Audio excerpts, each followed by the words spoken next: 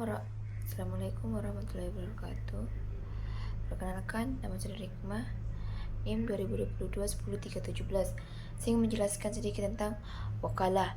Seseorang nasabah memberikan kuasa kepada bank untuk memberikan rumah atas nama bank, bertindak sebagai wakil yang mengurus segala transaksi. Jelaskan bagaimana mekanisme wakalah bekerja dalam skenario ini dan apa saja tanggung jawab bank sebagai wakil.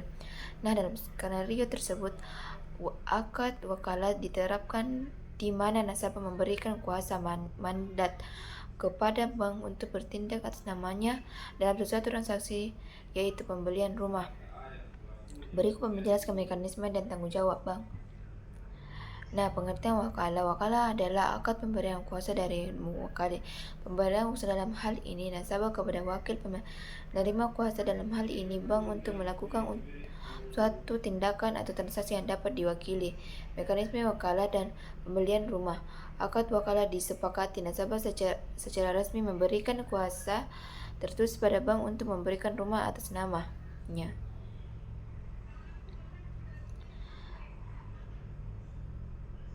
Nah, penutusan apa sih dana anggaran? Nasabah biasanya menentukan rumah mana yang akan dibeli atau menetapkan kriteria lokasi, harga maksimal, spesifikasi.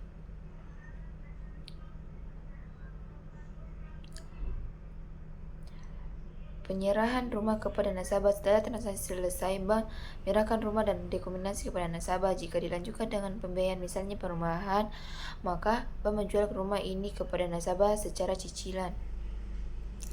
Nah, kafalah. Ahmad menjadi penjamin bagi saudara yang meminjam uang dari bank. Jika saudaranya tidak mampu membayar, Ahmad yang akan menanggung kewajiban tersebut. Jelaskan bagaimana konsep kafalah diterapkan dan apa saja risiko yang dihadapi Ahmad sebagai penjamin.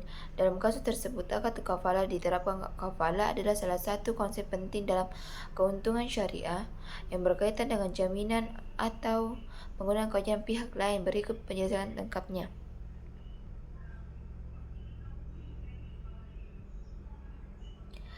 Pengertian dan penerapan kafalah. Kafalah berasal dari bahasa Arab yang berarti penjaminan atau tanggungan. Dalam istilah fikih, kafalah adalah akad penjaminan yang dilakukan oleh seseorang penjamin kafil terhadap pihak ketiga mahfu'ah untuk menjamin pemenuhan suatu kewajiban kepada pihak pemberi hak mahfu'ah.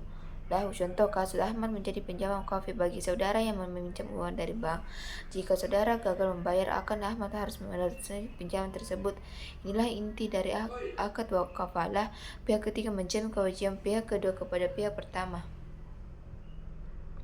Nah, hawalah. Budi memberikan hutang kepada Andi sebesar 5 juta, namun Budi mengalami kewajiban hutang tersebut kepada cicilan yang berhutang kepada Budi dalam jumlah yang sama. Jelaskan bagaimana proses apalah ini berjalan dengan sebutkan apa saja syarat yang harus dipenuhi.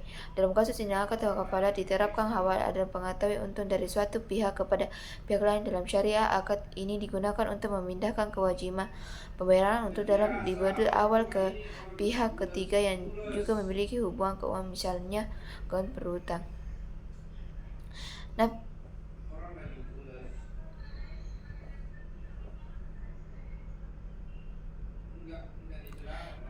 seorang petani mengadai traktor senilai 15 juta kepada lembaga keuangan untuk mendapatkan pinjaman traktor tersebut. Dia akan membagi pinjaman sebagai pinjaman dinasti. Jelaskan bagaimana prinsip rahan diterapkan dalam situasi ini dan apa saja hak serta kewajiban kedua belah pihak. Dalam kasus ini, prinsip rahan diterapkan. Rahan akad gada dalam Islam, yaitu penyerahan barang sebagai jaminan utang yang bisa